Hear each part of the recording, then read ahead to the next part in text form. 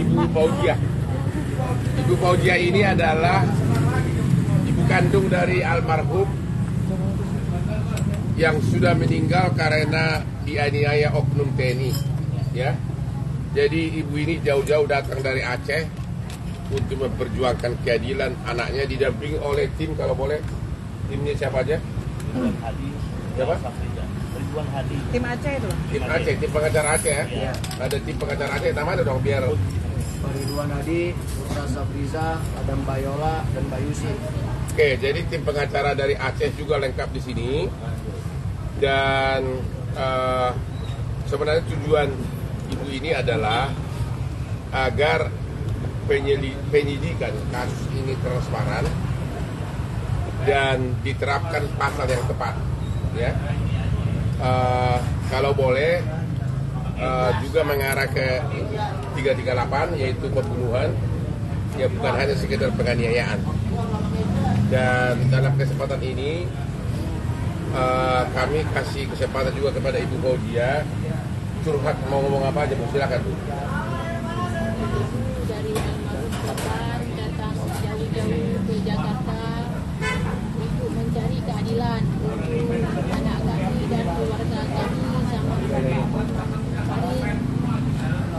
bagaimana hukuman yang layak yang setimpal apa yang sudah diperbuat terhadap keluarga kami.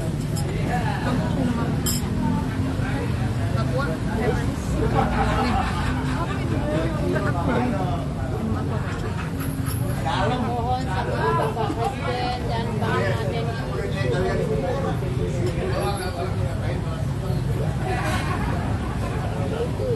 untuk kami mencari keadilan yang seadil-adilnya.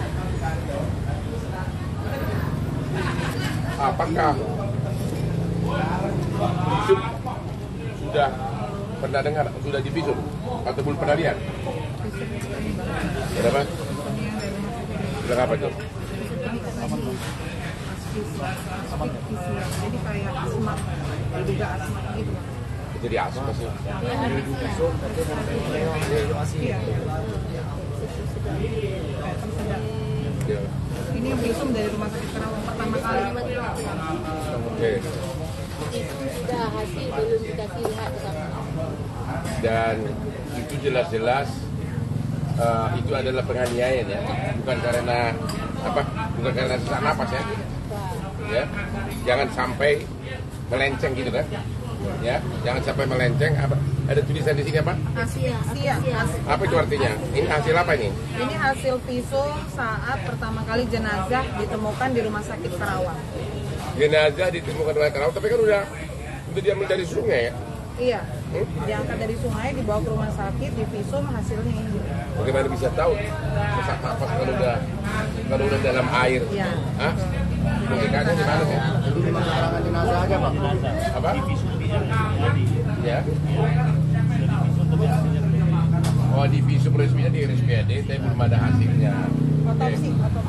Otopsinya, oke. Itu hanya surat keterangan jenazah aja, Pak. Iya. Ini ada surat keterangan jenazah doang, ya? Iya, tapi ini ada penyebab langsungnya disebutkan asfiksia, penyebab antara asfiksia, penyebab dasar asfiksia. Ya udah, apalagi Bu yang mau Ibu jauh-jauh datang ke Jakarta, nanti kita akan ketemu juga aparat terkait. Apalagi Bu, silakan Bu.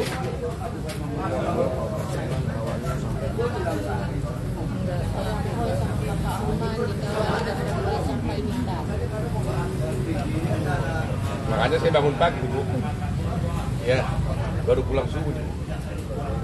Gimana lagi Bu? Oke, bisa nggak Ibu ceritakan kronologis kejadiannya pada hari almarhum itu menelepon minta uang 50 juta. Menurut cerita yang Ibu dengar dari ada adiknya itu siapa tuh? Siapa? Betul. Bisa yang Ibu dengar apa langsung dari keterangan dari adik-adiknya almarhum? Ibu langsung mendengar ya, Ibu langsung ditelepon ya. Langsung mendengar dari almarhum korban yang menelpon ke ibu, dia sudah ditangkap, minta sebesar 50 juta. Dia dipukul keras, tak sanggup lagi menahan. Ya. Dia bilang anak itu suruh kirim uang cepat-cepat, dia sikit lagi mau mati. Itu yang ngomong Pelaku juga ngomong. Aku nanti yang terakhir sampai saya bilang mau cari kemana uang cepat 50 juta banyak. Carilah mama kemana-mana pinjam-pinjam ini saya nggak tahan lagi, ini mak sikit lagi mau mati. Itu kata almarhum. Kata almarhum 2 kali nelpon kayak gitu dia bilang. Ya. Ibu nelpon yang terakhir yang angkat tersangka. Ya. Ibu sayang anak kirim uang. Saya bilang saya akan usahakan kirim uang. Tapi anak saya jangan ditunggu lagi. Ya. Saya sebab orang miskin jangan cari kita cari buku nggak ada uang. Ya, Bu. Jawab pelaku. Kalau nggak saya kirim uang anak ibu dibunuh dibuang sungai. Kalau tidak kirim uang, dibunuh dan dibuang ke sungai. Ya, ya. Jadi kalau bisa pasal yang dituduhkan bukan hanya sekedar penganiayaan lagi ya. Karena udah jelas-jelas di sini ada niat untuk membunuh. Dari ucapannya itu, kalau ibu tidak kirim uang 50 juta, anak ibu akan dibunuh dan dibuang ke sungai.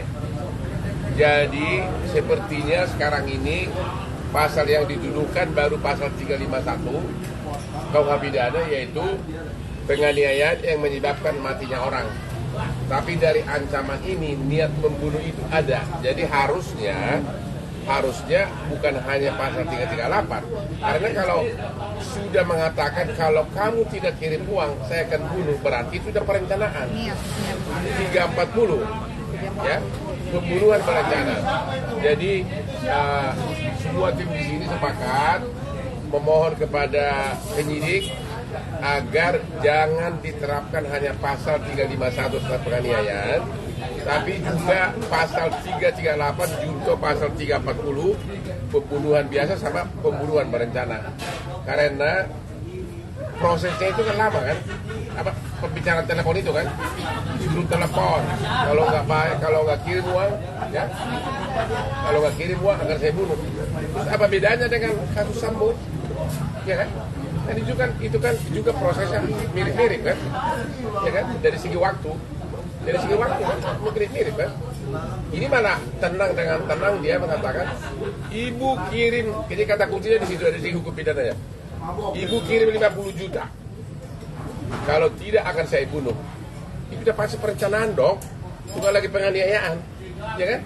Kalau penganiayaan itu digebukin tanpa ada rencana, ngomong-ngomong, tanpa ngomong-ngomong, dung. Nah itu baru penganiayaan biasa.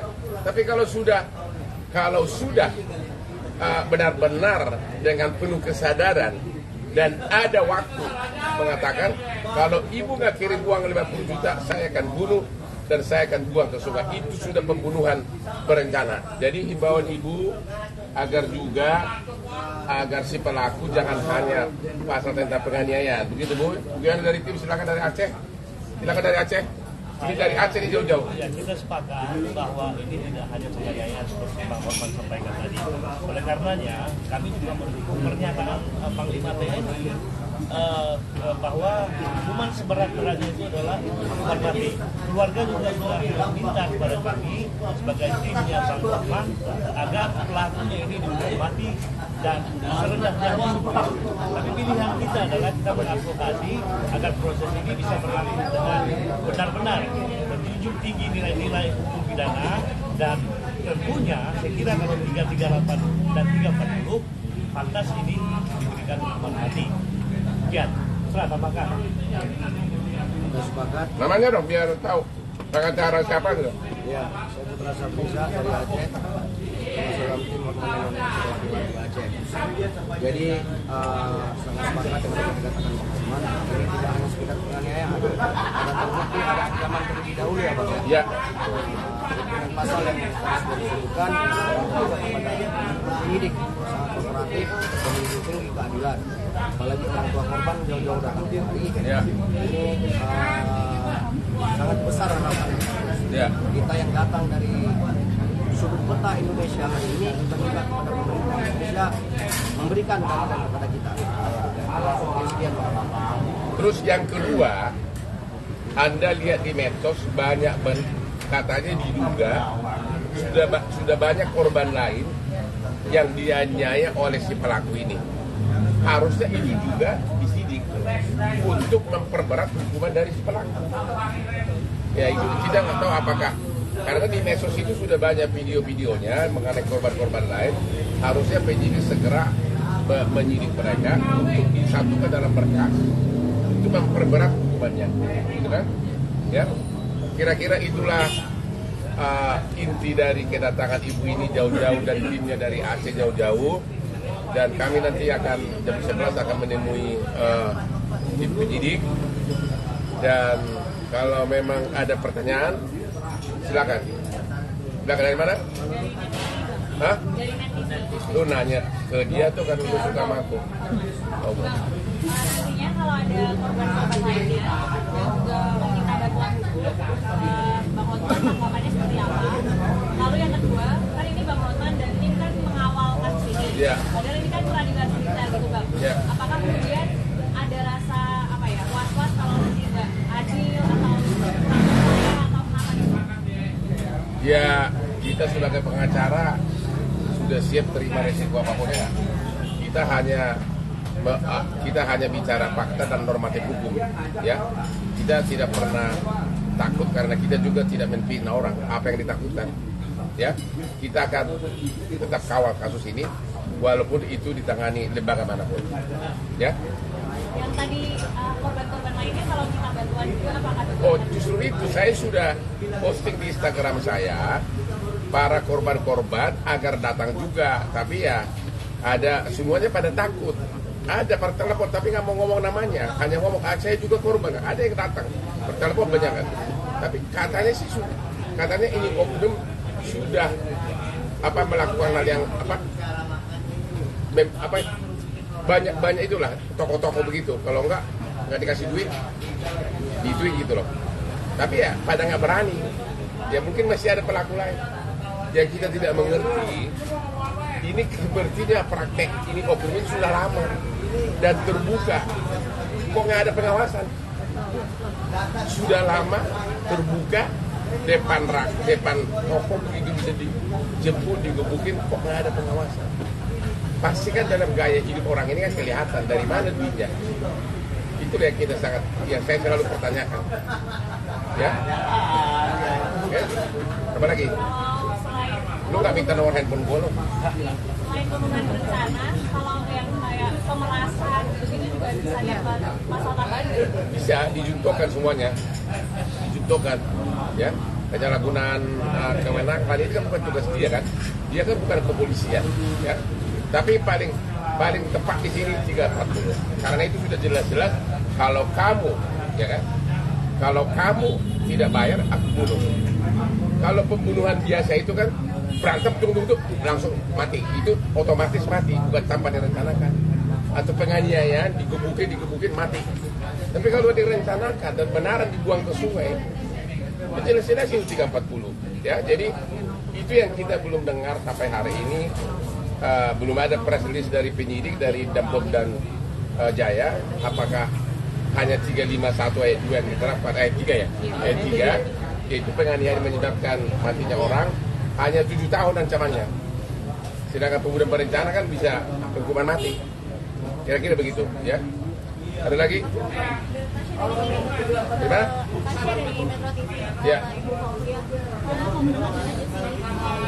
Itu harapan kedepannya terhadap pelaku dan mungkin korban-korban lainnya gimana dari ibu sendiri?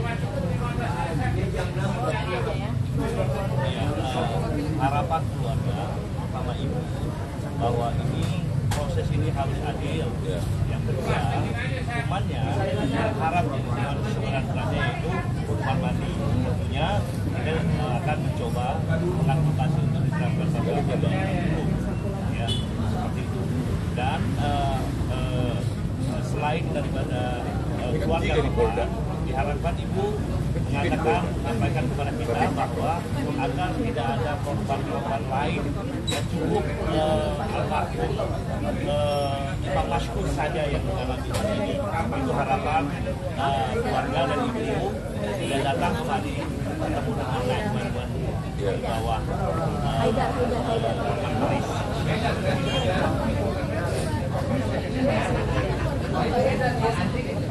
Ya, keluarga tidak tahu, tapi kemudian disampaikan bahwa ini pernah terjadi sebelumnya. Namun bisa diselesai misalnya tidak sekarang. Ya, tapi kali ini bagaimana memenuhi kebutuhan pemerintah sementara yang dia hanya menjawab mungkin 5 jutaan mungkin ya karena itu makanya Almar dan kondisi langsung dan meminta uang kepada pemerintah untuk menebus permintaan dari si terdakwa yang saat ini. Orang yang sama. Jadi biadabnya di sini mereka itu ketika meminta kepada ibu, jarak waktu pun itu sudah diberikan. Nah, padahal itu sudah bilang uang akan saya kirimkan, tapi ini kan pemeriksaan terhadap anak saya. Jadi ini benar-benar dia melakukan atas tindakan sadar ya. Kalau kemudian ada gangguan psikologis dan sebagainya, saya pikir tidak mungkin. Apalagi salah satu oknumnya itu pas pampres. Jadi dari dia di tes TNI juga masuk pas pampres itu pasti lewati penelitian psikologis itu ya yang ini ya benar tepat. Jadi kita minta memang hukuman yang seberat-beratnya dijatuhkan kepada si pelaku ya. Jangan berhati-hati. Enggak, Haider kenapa di Terus kita dari tim DRC juga sudah mulai mengadvokasi kalau ada korban lain boleh dilaporkan. Dan alhamdulillahnya beberapa nama sudah minta kantongi. Walaupun mereka sekarang sudah di ada ketakutan dan sebagainya. Makanya kita juga sudah berkomunikasi dengan LPSK untuk korban-korban yang lain atau saksi-saksi yang menguatkan. Dikarenakan kan juga dalam kronologis Imam Maskur ini ada satu orang lagi di dalam mobil ketika dia diculik dan itu dibebasin di saat Imam Maskur meninggal. Ada dua. Tapi ini saya yakin bakal usul. Ini kan praktek yang sudah berlaku lama. Dibiarkan. Ini ada yang menarik nih. Ternyata korbannya bukan hanya satu ya. Iya, satu. Silakan tim dari Aceh ngomong. Jadi ada korban satu lagi namanya Haidar. Saya Yusuf Marina, pengacara Aceh. Jadi ada korban namanya Haidar. Sekarang korban yang meninggal namanya siapa? Imam Maskur. Jadi mereka duluan ditangkap Imam Maskur, terus diculik Imam Maskur terus Haidar. Terus karena Imam Maskur sudah tidak bernyawa lagi, Haidar dilepas. Gitu. Nah, Haidar dilepas itu, jadi duluan Haidar yang dilepaskan. Namanya Haidar. Dan berarti terhadap Haidar ini bisa juga karena penganiayaan. Iya. Tapi apakah sudah jadi saksi? Sudah diperiksa, tapi Tapi apa? tapi kita nggak bisa menghubungi Haidar sekarang di mana. Itu. Haidar itu korban. Jadi saat penangkapan, saat dia diambil di tokonya, itu mereka berdua. Gitu. Dan si imam menurut cerita saksi lain melakukan perlawanan di situ. Si korban itu sudah tidak bergerak. Nah disitulah si Haidar ini dilepaskan di jalan tol Oleh si pelaku. oleh si pelaku. Nah yang satunya ini dibuang ke sungai. Oke. Haidar ini orang Aceh juga, Bang. Iya, iya. Pelaku itu orang Batak. Ada lagi? Jadi di sini saya jelaskan lagi, ibu meminta bantuan ke kita untuk mengetahui apa penyebab kematian anaknya dan kenapa yang diarah itu adalah si imam. Kan masih banyak penjual kosmetik lainnya ya, tapi kenapa kok imam yang diarah? Seperti itu. Jadi kita masih mencari penyebab kematian ini apa. Ya. Bang, katanya soal sindikat Ramadan, benar Apa? yang obat-obatan Ramadan, benar nggak katanya almarhum juga obat-obatan ilegal? Sindikatnya Lamborghini ini nggak tahu gua. Ya tapi apapun namanya itu, ini kan sudah terjadi penganiayaan atau pembunuhan, ya. Itu aja deh, ya. Bahwa apakah bisnis mereka itu, saya kira juga nggak terlalu, bukan yang jelas bukan narkoba, ya, ya. Ada lagi? Yang bertanya?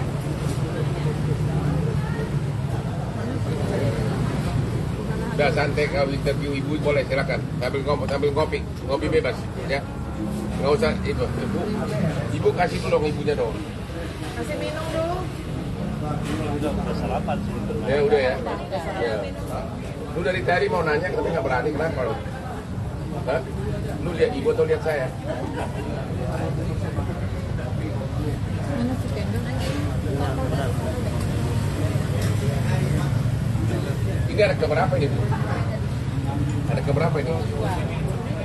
Umur berapa dia? Udah berapa tahun merantau di Jakarta? Perkembangan pendidikan seperti kata Pak Iman masih di rumah sakit perusahaan. Ini kan Calonnya bang. Calonnya almarhum. Calon almarhum 2 tahun. Oh ini calon almarhum. Iya, 2 tahun. Ya ini tunangannya nih. Calon udah tunangan atau apa? Tunangan. Nah ini tunangan almarhum nih. kan baru Kamu tinggal lihat ya. Nah ini tunangan almarhum nih ya. Jadi mirip-mirip situ dong. 351. Ada tunangannya kan sambung. Tapi ya nggak bisa kalau jelas pada alat ini ya ada pinjaman terlalu jauh. Jadi ini memang direncanakan.